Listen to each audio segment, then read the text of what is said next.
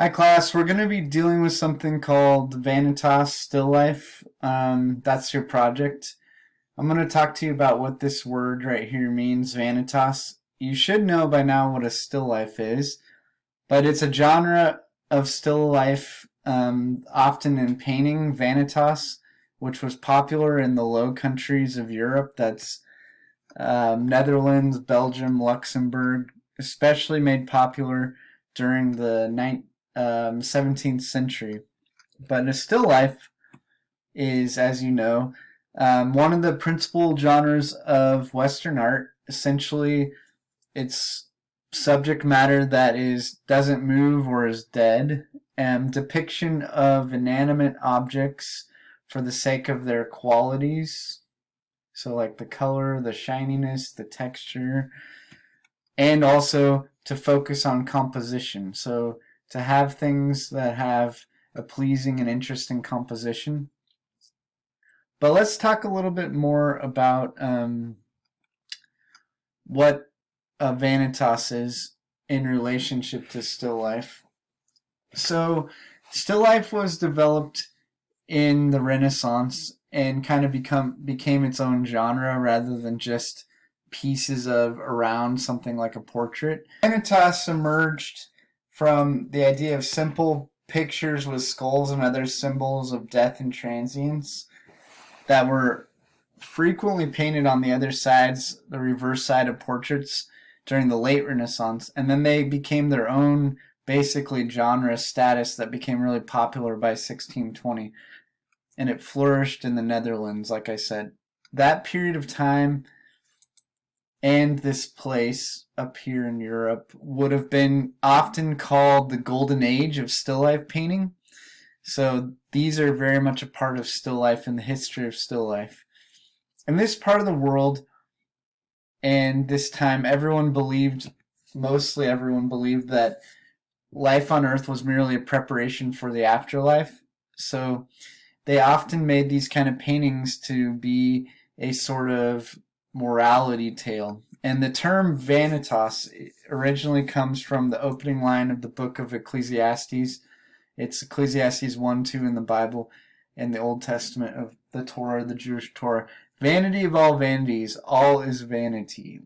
So we'll see within these kind of paintings and still lifes that it's very much a genre of what we would call memento mori, which other types of works that aren't Vanitas paintings would be considered that too.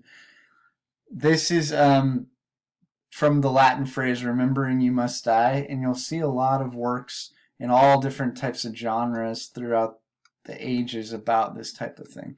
We get wall paintings like this from way back in the day. This is regarded a skeleton looking at a man looking in a mirror from Denmark.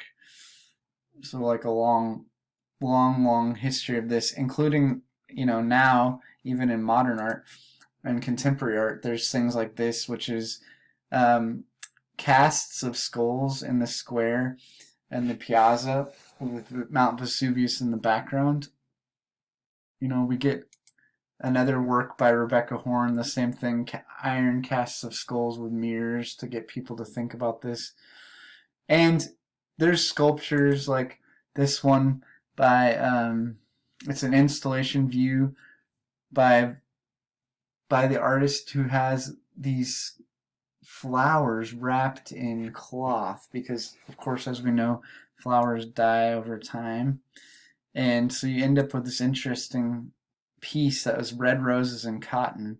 It's an installation piece, considered a vanitas because of the way in which the flowers will wilt over time. So there's a lot of artists who've worked with it, even contemporary artists. This is another really interesting piece by Daniel Spirio from he's been alive since 1930s. This is from 1991, so he's still a living artist. It's mixed media assemblage from an actual also event. So there's all kinds of plates and a fake 50 franc note, a skull inside of it, a table, dishes that have been used, it's pretty interesting. It's mixed media piece and it's assemblage with food and found objects. So this would be considered um, a sculpture, found object sculpture, but also you could think of it almost as like something left behind by an activity too. But it's all dealing with the same exact idea, vanity.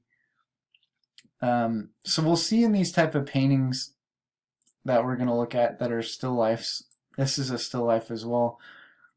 That they often have different types of symbolism, and they operate as the collection of objects operate almost as like characters or maybe allegories, and they're intended to kind of exhort the viewer to consider mortality, and back in the day in the 1600s and even now to the idea of repenting and turning around and changing the way you live.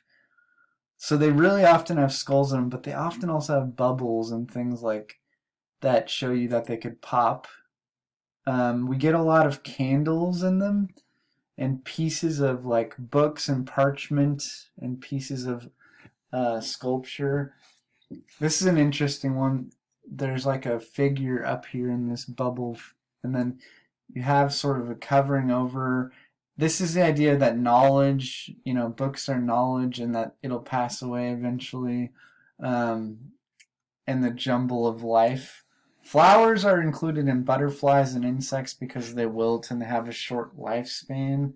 You'll see a lot of times clocks or hourglasses, which is pretty straightforward symbols. All these things would be like allegories of mortality or other ideas.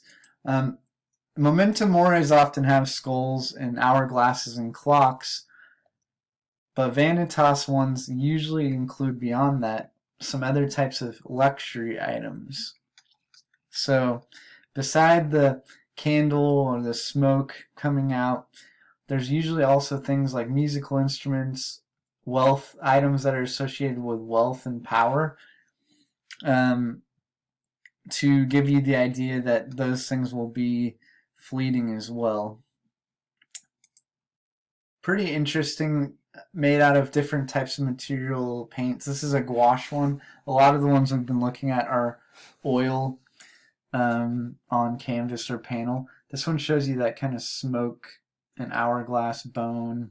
Musical instruments and music, sheet music's included a lot of the time to be the idea of accomplishment or sound. Just it has a fleeting nature to it.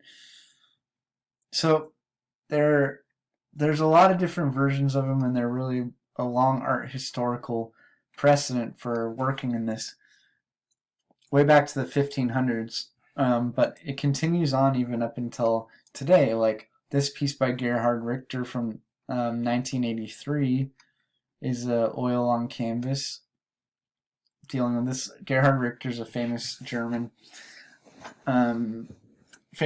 artist. He does a lot of work that would be in the history of art, the art history canon. This is another piece from 2010. It's actually a animation that goes for a couple hours, 4 hours and 10 minutes on a continuous loop.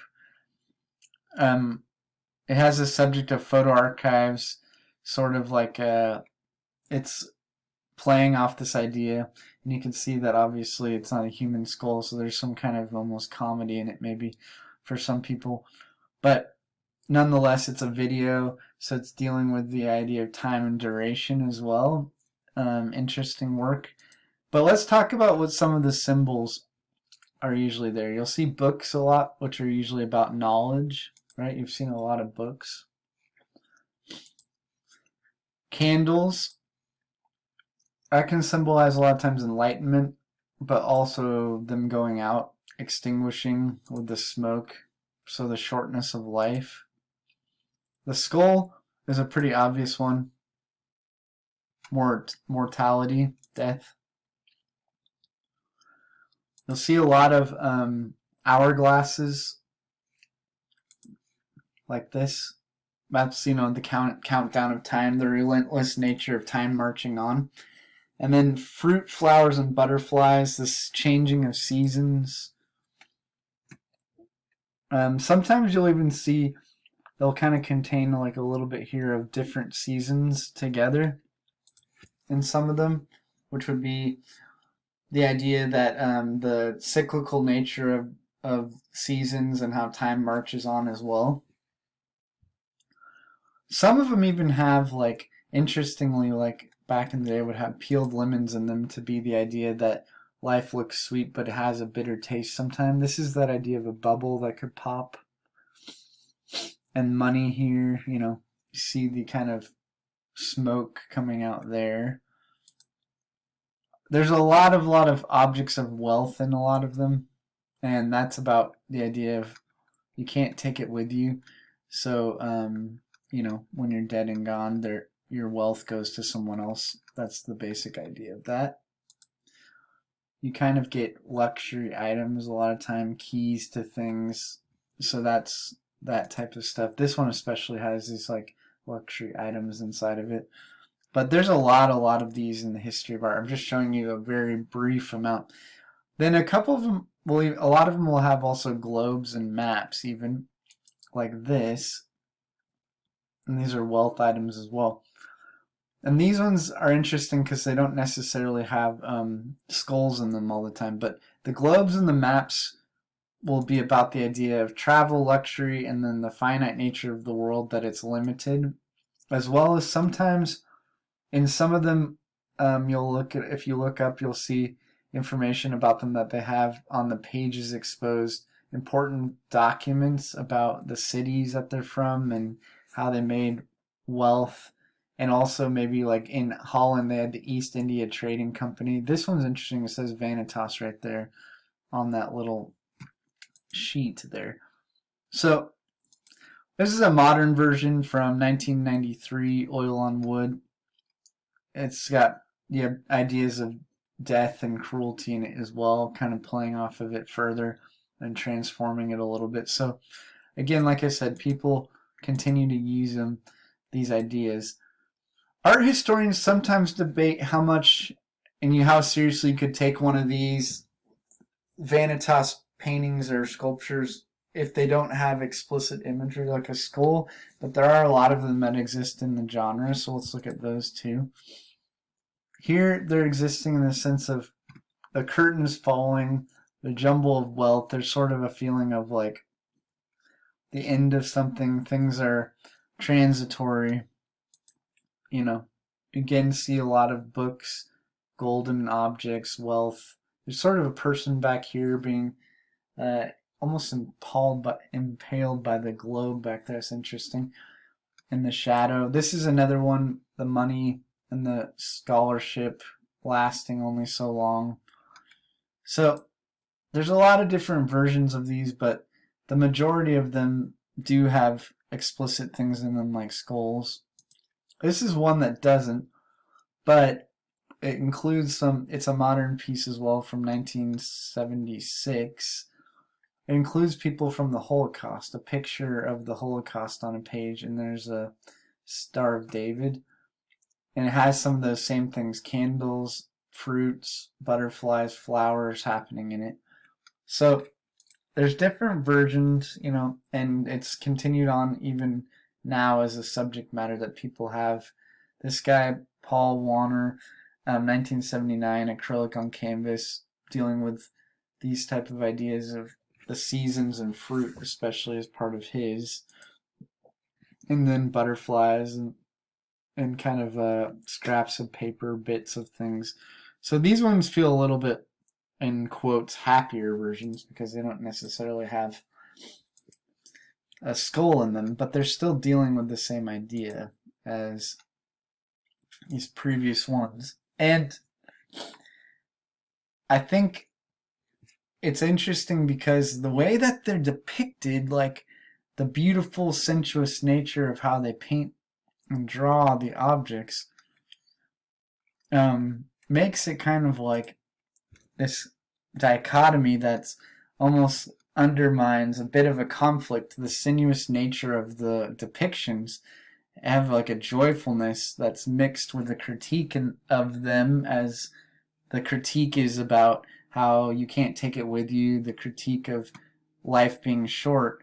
Well, there's also that kind of in them a sort of celebration of saying, well, life's short, you need to enjoy every moment while you can, and remember that it's fragile, and that there's more to this life maybe than, this is what the artists are saying, there's more to this life than just gaining everything, or maybe thinking about what comes after this life. If you, this is the type of ideas that they're asking us to wrestle with. So there's a conflict in them in that they make them so sensuous, but then they remind us of death and skulls and things like that. So it makes it an interesting genre, really, for that reason. To be thinking about the vanity of worldly goods, pleasures, and achievement, whilst also painting them in such a way that's very exquisite and well executed. It creates this dialogue that becomes pretty interesting. So other mediums use it, like I said, murals. I showed you a fresco mural, there's sculpture. I showed you this sculpture already, some memento mori. This is one, a wax painting, a wax sculpture, Vanitas. The creator's not known, but it's from the 1700s or 1800s. I can't quite date it, but it has like a collection of different objects that are made out of wax, and then a part of a face. So sculpture out of wax. I showed you these type of pieces that are dealing with memento mori as well. You're going to be doing a project with this where you're going to be copying a photograph of a still life in full value, so I can make sure that you're really doing the values. You're going to be copying this photograph in black and white. I have it on a page for you to look at. You're going to be using your charcoal pencil, kneaded eraser, and doing it on your white drawing paper. So I have some student examples. If we were in class together, I would be setting up various still life, like this one. This is another one. Here's another one. With different type of skulls on them and objects.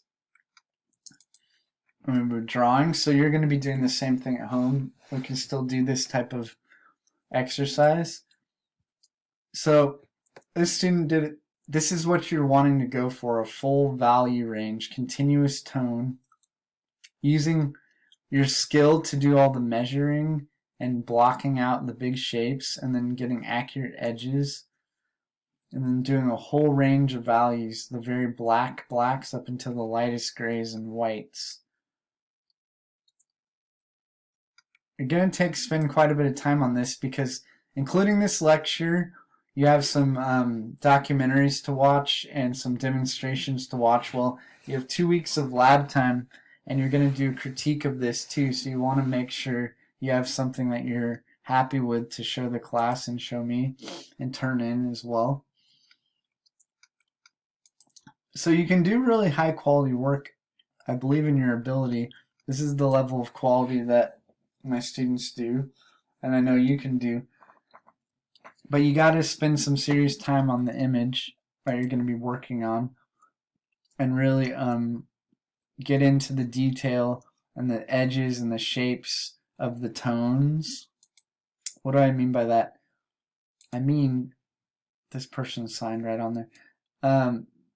This every tone, like the shadow obviously has one, but every tone in a drawing, on a photograph in the world, has a shape to it. Not just the shape of the outline of the object, but actually the shape of the tone itself. Little individual shapes. If you patchwork those together properly, then you'll end up with something that looks like a subject matter. It looks like what it is.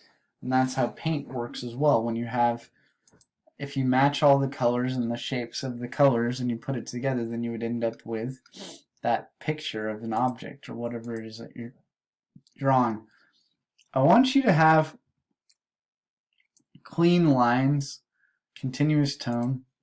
This is a beautiful drawing, but we're not looking for this type of hatch work. This is something that we don't really want. We don't want that type of work. We want clean, continuous tone, unless there is texture on something and the line work is capturing that texture, but there isn't texture on this cloth. That was a stylistic choice, so we don't want that. But even though that's on there, it's still a really beautiful drawing. We're looking more for this type of work where it's clean, the texture of the objects is captured, but overall it's a continuous tone with the highlights bright and the darkest darks really dark, really capturing the details. So I think you guys are learning a lot, getting better and better all the time in your drawings. I can tell you're observing the world and thinking about it. So time to take that knowledge you've been building up about shading and value and then adding it to this new subject matter. So you're going to be using this photograph, and I'll show you in the module where it's posted here, and then you can spend some time actually drawing it. I'll have a demonstration too on some of it as well. You go in the module, you'll go down to that week 9-10. The lecture's here. You're going to have a demonstration, and this is going to be the one, still life to draw, that you're going to be drawing. And that'll be like that picture. It's in black and white for you guys, so you're going to want to set it all up and on a page. You're going to want to make sure you pay attention to the really darkest darks and the lightest lights, but I don't want you to get too concerned about drawing all this stuff back here. Oops, sorry. Drawing like this stuff where the people have their drawing horses that we would have. I want you to focus on the table and what's on the table, right? So what's on the table? This is on the table. This is on the table. All of that's on the table. That is the cloth. This is the whole area right here, right? So focus on this stuff. All right? Don't try to do all this background over here. You can leave that like a middle gray tone. All right? So you can, when you do that, you're going to want to spend a good amount of time. Let me go back to this and tell you where you can find, I want to show you where you can also find information about the project. Is down there, and you want to click on that thing right there, Vanitas Still Life Full Value Assignment. It'll give you all the same things I've just been saying, but you should spend about 8 to 10 hours on this, 2 weeks of lab time. So it's going to need to be well considered, not just something you do in 20 minutes. Your 2H pencil for sketching, charcoal pencil kneaded eraser. You can use a blending stump, also called tortillon. It's going to be on your nice white drawing paper. You're going to submit photographs or scans and also to the critique. And then there's explanations of the vocab, some definitions that I've been using, terms I've been using for you to be able to understand them a bit more. So you're going to reproduce the image, still life to draw. You're going to use your sight, see, and measure, your clock faiths to understand the idea of proportions and putting it down on the page. It should be in continuous tone, full value. That's very important. Just like all the examples I've been showing you have been in full value. Okay? So if you have any questions at all, don't feel free to totally contact me via Pronto, message me, post in the discussion board, question and answer cafe, any of the various ways you can get a hold of me to make sure I answer your questions before you just flounder around at home. I don't want you feeling frustrated constantly. I want to be able to help you, but you have to. Lastly, I want to say, if you go to the module, you'll see on the next one here a full critique. This is a full value still life that you're posting. We're going to do a critique. You post a picture in there, and you can tell us if you about the process was like for if you want to. And then you need to comment on everyone else's works about the quality of their line, if their proportions are realistic, did they use a full range of values and tones, was it accurate reproduction of the image, okay? So I want to see you guys posting in there. That's graded as well. So we're upping our time spent on single projects to a little longer because I think you guys are at that stage now in the semester where we've been spending time building some skill with how to draw something proportionally, observationally accurate. And now we've been building into learning about value. Well, we're going to put those skills together. We're going to put them, marry them together in a single project where you're using a lot of your skill observationally, and then you're going to be adding on top of that your skill that you've been building with tones and values and shading to get some really interesting work out of it. All right, guys, take care. Talk to you soon.